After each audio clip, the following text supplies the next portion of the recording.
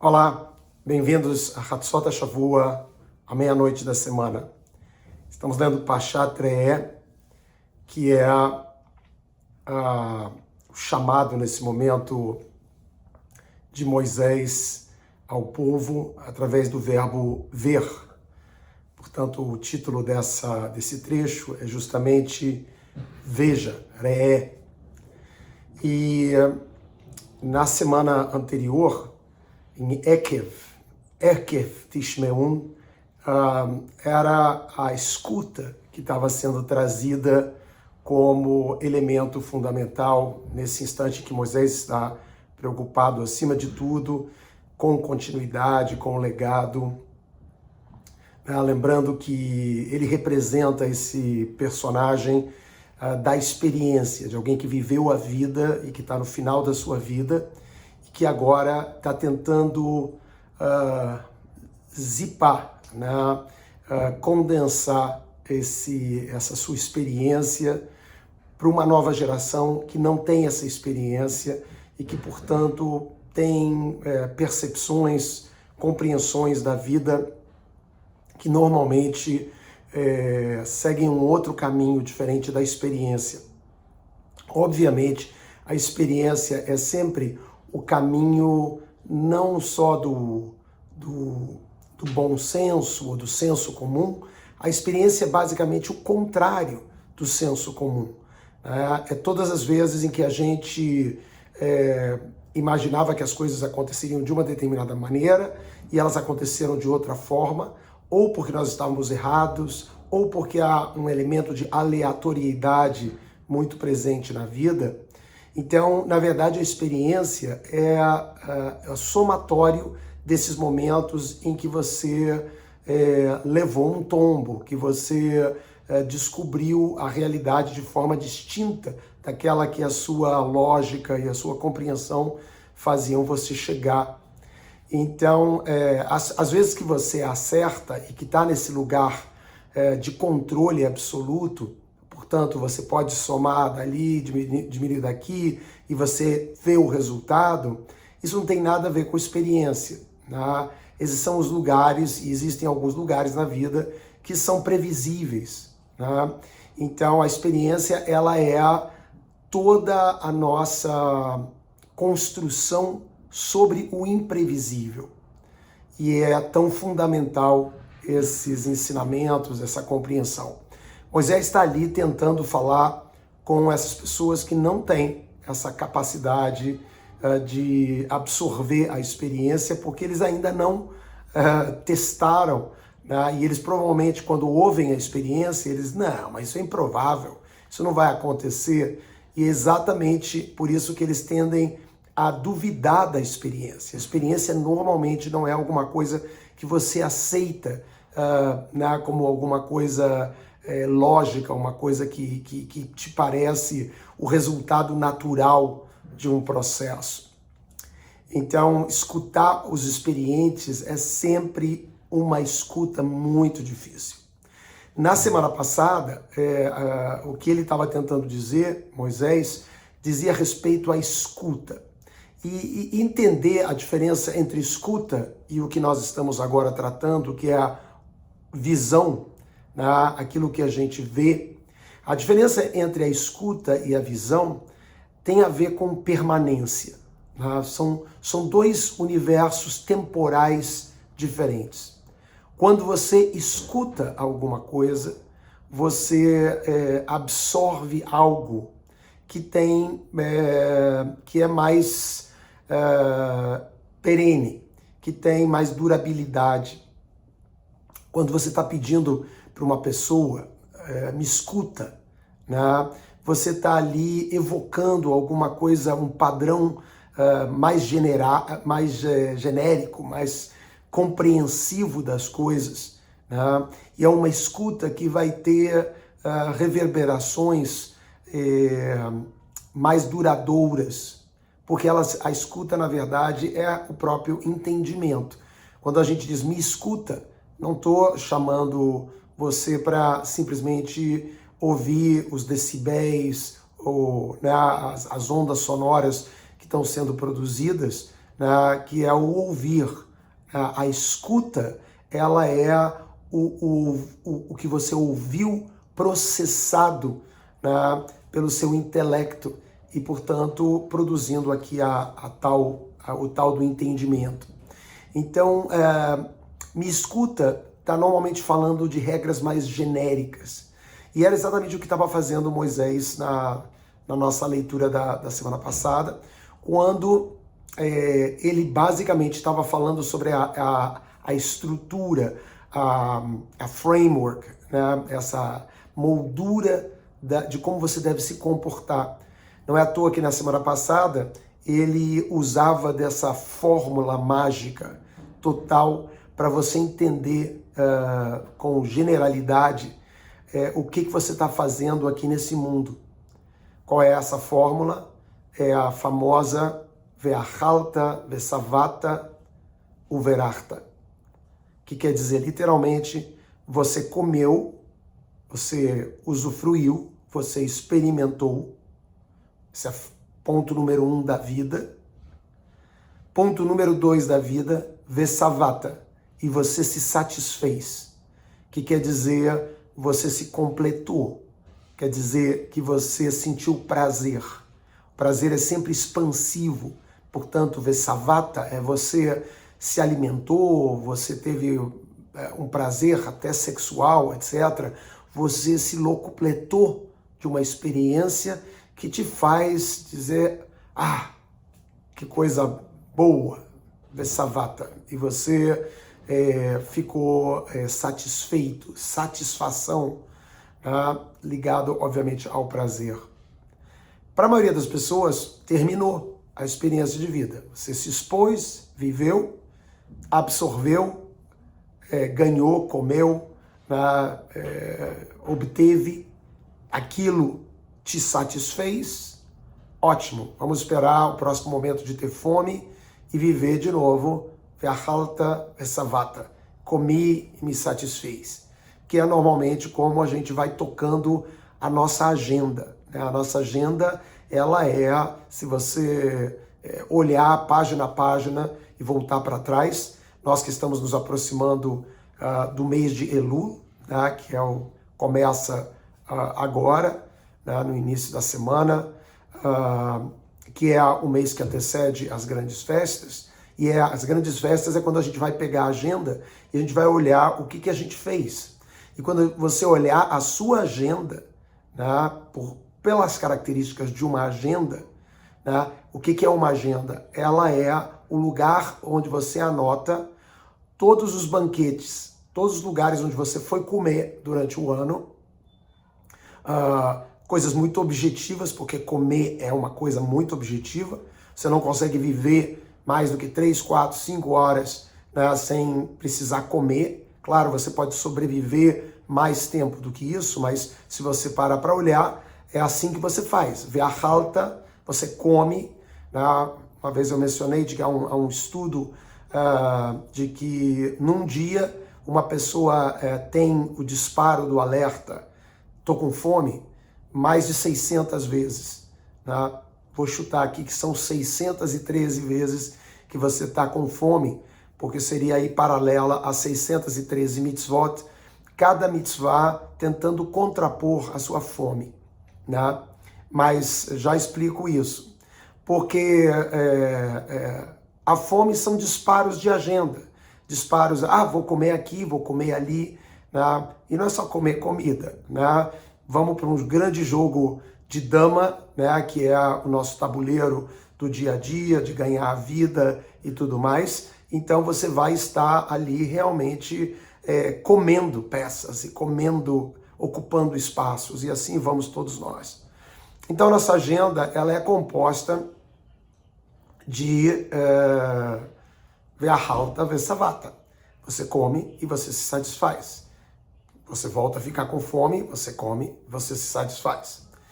O que Moisés estava dizendo para as pessoas é o grande segredo de você saber investir a sua potência humana, que não é ser uma vaca, com todo carinho a vaca e o boi, que tem grandezas, que tem olhares para o mundo que eu não tenho, mas o que eu tenho e me diferencia de uma vaca, e eu não quero ser uma vaca, não porque, de novo, eu desrespeito uma vaca, tá? Eu ganharia muitas coisas sendo uma vaca que eu não tenho, mas sendo uma vaca eu não teria coisas que me dizem respeito como ser humano, e isso me interessa.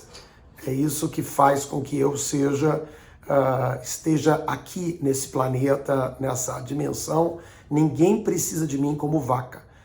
De alguma forma eu sou necessário nessa condição e, portanto, eu tenho que valorizar essa condição. Aqui vai até um certo puxão de orelha em toda essa leitura contra o tal do antropocentrismo, porque antropocentrismo, quando ele é o ser humano supremacista, destruindo a natureza, é óbvio que antropocentrismo é a mesma coisa que egoísmo, é a mesma coisa do que perversidade. Tá? Mas antropocentrismo, quando é o humano olhando para o humano, é a coisa mais, digamos assim, apropriada para um ser humano. Assim como uma vaca deve olhar para as coisas da vaca, dos dons da vaca, e cumprir ali com a sua tarefa existencial de ser uma vaca. Dito isso, voltamos aqui. O que faz um ser humano? Tem um dom, o Verarta. Você abençoa. Você come, você se satisfaz, você abençoa. Abençoar aqui é um qualificador dessa fórmula existencial, comer, satisfazer, abençoar, que modifica totalmente a relação com a vida. Na semana passada, era a questão com a terra e com os filhos, que é a construção existencial de todos nós. Terra são as propriedades, terra são o nosso sustento, filhos são o nosso legado, são o nosso patrimônio de continuidade, né, para a espécie e para a memória. Então, assim, é óbvio que filhos e pátria, e chão, e terra, tudo isso está relacionado com comida e satisfação, né? E ali Moisés estava chegando e dizendo para eles, vocês estão entrando na terra, não está terminando o jogo, está começando o jogo, porque vocês vão tentar construir uma sociedade que come, se satisfaz e abençoa. Abençoar vai demandar vocês elevarem, reconhecerem e elevarem algo, uma categoria acima de vocês. O reconhecimento de um olhar, o reconhecimento de uma função, ao invés de você ser o CEO existencial do mundo, tá? Que é talvez aquele antropocentrismo de loucos, nem só de perversos, mas de pessoas que são totalmente delusional, são totalmente tão num lugar tão ilusório, tão de não compreensão do que são e o que é a vida, né? E vão fazer muito estrago, vão fazer coisas ruins para o mundo e para si próprios. Então, é muito importante compreender na semana passada o que Moisés estava dizendo. Há algo absoluto. Vejam que os alcoólatras anônimos, que todos esses programas de tentar tirar as pessoas de um lugar viciado, que é as pessoas entrarem em algum tipo de looping, que elas não conseguem sair, né? O materialismo é um looping, materialismo é um looping de comer e satisfazer. Comer, satisfazer. Comer, satisfazer, como se a vida fosse isso. Então, para você sair desses loopings, que são vícios, tá? Todos esses grupos falam que você tem que reconhecer uma força maior. É essa força maior que vai te liberar, tá? Porque você não tem força. Se você ficar no lugar de come e se satisfaz, você não tem forças para sair desse lugar. É só quando você eleva, né, a realidade, a sua qualidade verdadeira, de que você é alguém que, por gratidão, né, por reconhecimento, abençoa, come, se satisfaz e abençoa. Né? Esse ato de abençoar é onde está toda a consciência humana, diferenciada de outras características animais que nós carregamos dentro de nós, sendo nós, obviamente, parte também do reino animal. Mas veja a preocupação de Moisés para aquelas pessoas que não têm experiência, e quem não tem experiência acha que a realidade ela é toda verhalta vesavata. Só a experiência, inclusive da finitude, que agora Moisés tem na cara dele, faz ele entender do que se trata a vida.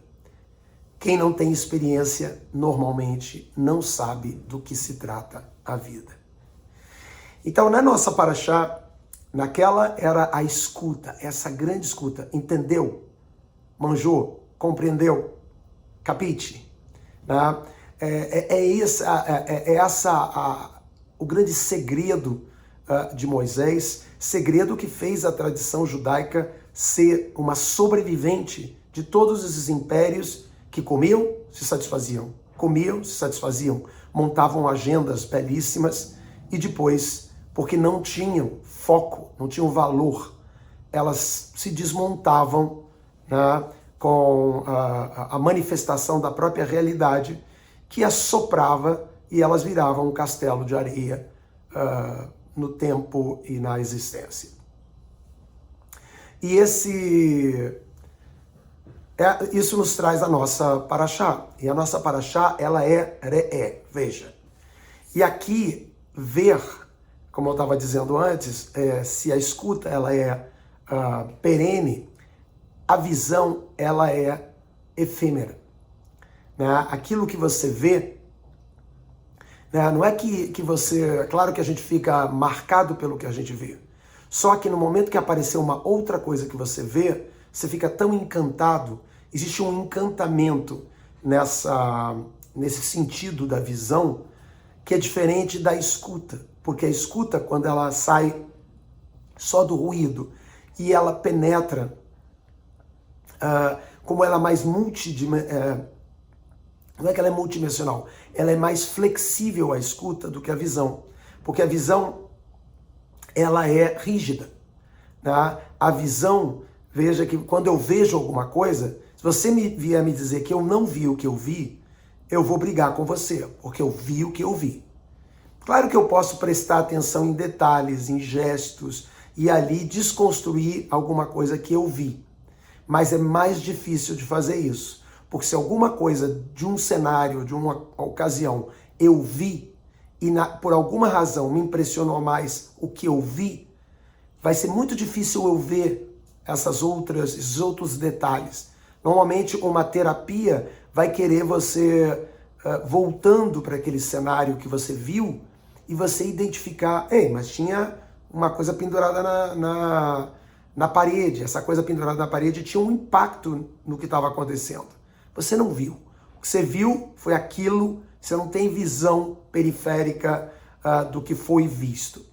Já a escuta, quando porque ela não é tão concreta, pelo fato dela ser mais moldável, ela pode ser, você duvida mais da sua escuta e você busca, seu próprio cérebro busca ser crítico do que você escutou.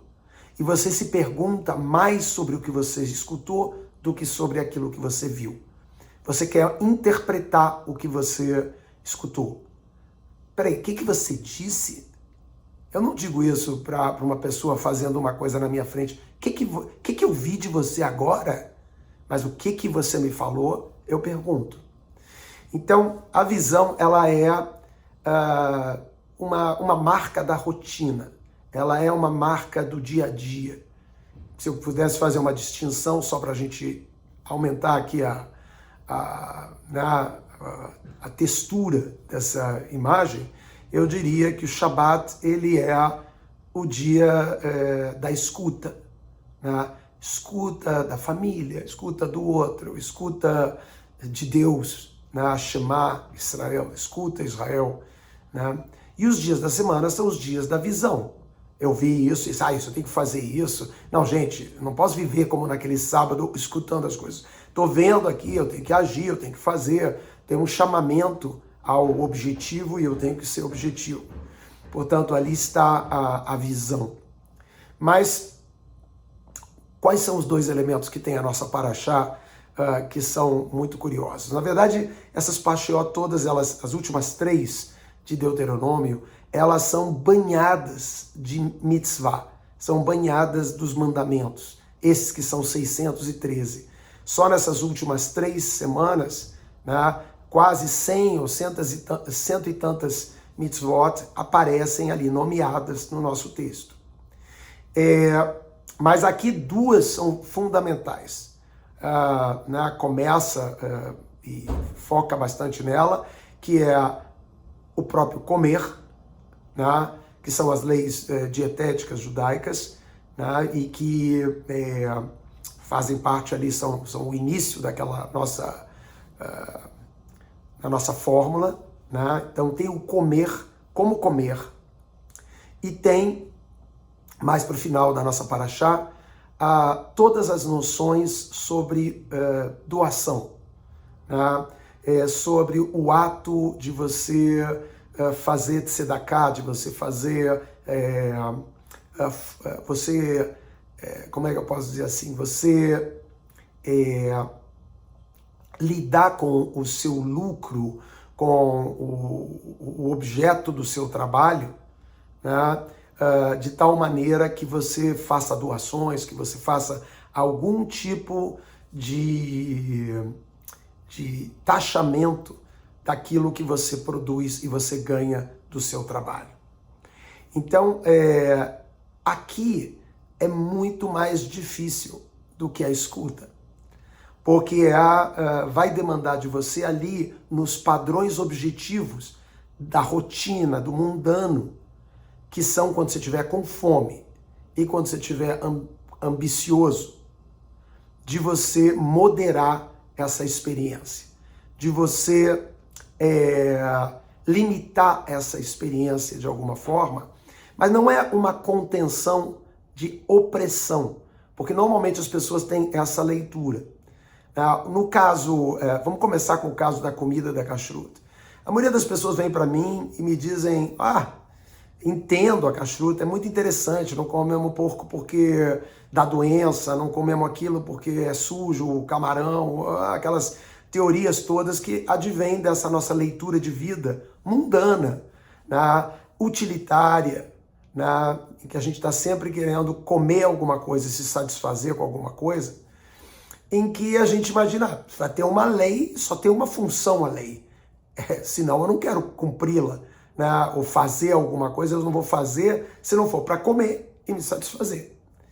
Então, as leis dietéticas, elas não vieram aqui como um regime, o regime dos judeus, né? Talvez o mais antigo aí, ainda vigente, né? Não é um regime, é um tratamento da comida, que é esse momento animal de todos nós, onde nós temos ali visualmente, vou usar agora essa palavra, visualmente nós achamos que a vida é sobre comer e se satisfazer. Tá? Então, assim, o elemento número 1 do nosso consumo é comida. Então, ali está Moisés preocupado e dizendo, onde vocês têm que ter ojo, mirada, olhado, né? Saber olhar, né? Cuidado com essa fome, né? Primeiro pelas questões do alimento, em que a gente se justifica muito pela sobrevivência. Quando eu digo assim, não, porque eu preciso comer, porque eu tenho que dar de comer para os nossos filhos, né? Essa justificativa, ela é um fim que justifica todos os meios. E esse é um equívoco. Se você faz uma bênção no final daquela tal fórmula, você vai ver que não encaixa qualquer meios, né? E o segundo elemento, que é esse elemento de taxar o que você ganha, que aí são todos os outros consumos além da comida, né, que estão contemplados aqui nessa paraxá do Ojo. Fica de olho. Está tentando fazer você entender o que é a doação. Né? E que para a tradição judaica, que inventou, hoje está num lugar até muito estranho, mas o tal dízimo, né, que não tem a ver com só o que a gente paga com imposto. Né? O que a gente paga com imposto, na verdade, é uma precificação do custo das coisas. Né? Se eu preciso ter uma central de luz, se eu preciso de um aeroporto, né? Eu estou precificando as coisas e eu estou cobrando dos cidadãos, supondo que tudo isso funcione corretamente, né? Eu estou cobrando dos cidadãos custos públicos. Né? Portanto, está precificado no que você ganha, tem que pagar, senão aquilo não existiria. Então, aquilo não tem nada de benemerência, não tem nada de um ato de doação, que é o que está sendo chamado aqui. O que está sendo chamado aqui é de você estar atento ao que você realmente ganha, né? O que representa esse espaço do seu crescimento econômico. Né? O seu crescimento econômico, você tem que dar um pedaço dele. Por que você tem que dar um pedaço dele? Porque primeiro porque o verarta, porque você abençoa, porque quando que eu não dou nada? Quando tudo que eu ganhar é meu. É quando ve'achalta ve'savata, eu comi, eu me satisfiz. Eu não tenho mais nenhum compromisso, né, existencial. Então, assim, o meu compromisso existencial termina ali. Mas quando o meu compromisso existencial termina e abençoo, então eu percebo que tem um outro bem a ser conquistado, né, a ser pago por ele. E é curioso como a tradição judaica traz isso. Né? Todo mundo deveria fazer um maaser, pagar esse dízimo, né, que aqui é simplesmente um número, um décimo, né, e que na tradição judaica, até nas leis, vai de um décimo até 20%, né, de 10% a 20%, mas eu não vou falar de nada de porcentos, porque eu não quero trazer vocês para essa lógica de comer e se satisfazer, quero ficar no lugar da bênção.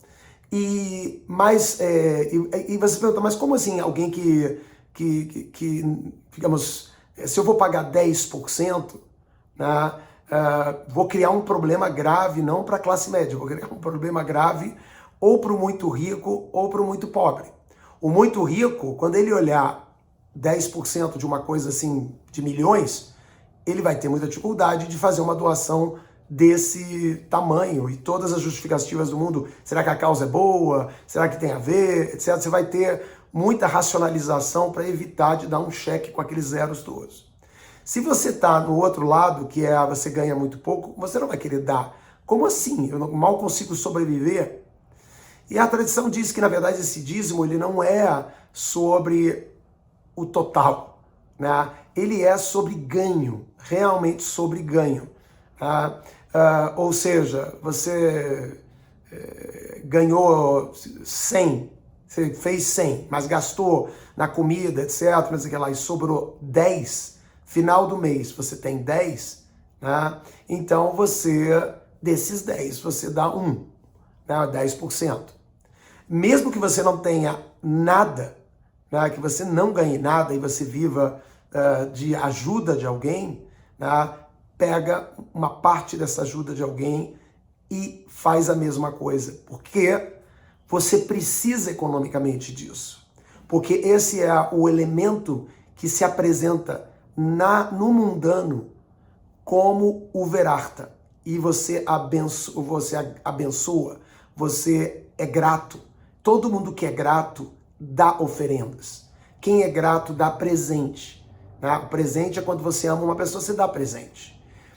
Quando você é grato, você dá presente, você dá, porque você sabe, gratidão é a percepção de que nem tudo que você ganhou, você merecia. E essa construção faz, por natureza, você querer dar. E dar é fundamental, porque quando você dá, você abre espaço para que outros vejam o verarta, o abençoar. E o mundo vai saindo dessa animalidade, vai saindo desse lugar pequeno dos que comem e se satisfazem, e entra a presença dos que comem, se satisfazem e abençoam. E aí o mundo ganha uma cara humana e não uma cara selvagem, animalesca, como normalmente tende a ser. Então, o que está acontecendo na nossa paraxá? Justamente isso. Né? Nos dois lugares mais comuns do consumo, a comida, e vou chamar aqui o dinheiro, né? Porque dízimo tem a ver com dinheiro, sobra, surplus, né? O que você está realmente produzindo além do seu sustento. Nesses lugares do consumo, você tem que fugir dessa fórmula parcial que é comer e só se satisfazer. Você tem que abençoar. Vejam que eu comecei falando que a gente pensa 613 vezes por dia em comer. E as mitzvot seriam no mesmo, isso é tudo, obviamente eu que estou criando aqui essa conexão, mas é simbólica. Tá? Toda vez que você quiser comer, atrela ao comer um abençoar, a tal mitzvah, que é para você ancorar essa experiência existencial numa experiência existencial humana e não só parcial, que é a animal. Então esse é o grande desafio que Moisés está ali também eloquentemente tentando trazer ao povo. Ancorem sempre seus atos comensais, ancorem as suas fomes, as suas questões de bênção. Quase que similar ao que ele dizia na semana passada, pela escuta. Escuta lá no final da história, tá? O que é a vida, a quem pertence a vida. Que você está aqui num processo de servir a essa vida. Escuta. Na visão, fica de olho. Toda vez que bater a fome, e é bem rotineiro, ancora essa fome numa bênção. Fica de olho muito aberto, porque o olho com fome, ele foca e jura que não tinha nada mais no cenário. E você interpretar uma visão é dificílimo, a não ser, como sugere Moisés, fica super ligado com os seus olhos e você vai ver, pendurado na parede, detalhes, coisas que vão ancorar você na compreensão de que esse mundo vive e depende de bênção, de gratidão para os humanos, pelo menos, como uma visão dos humanos, que depende para ter essa categoria de consciência humana presente na nossa realidade. Até o próximo meia-noite da semana.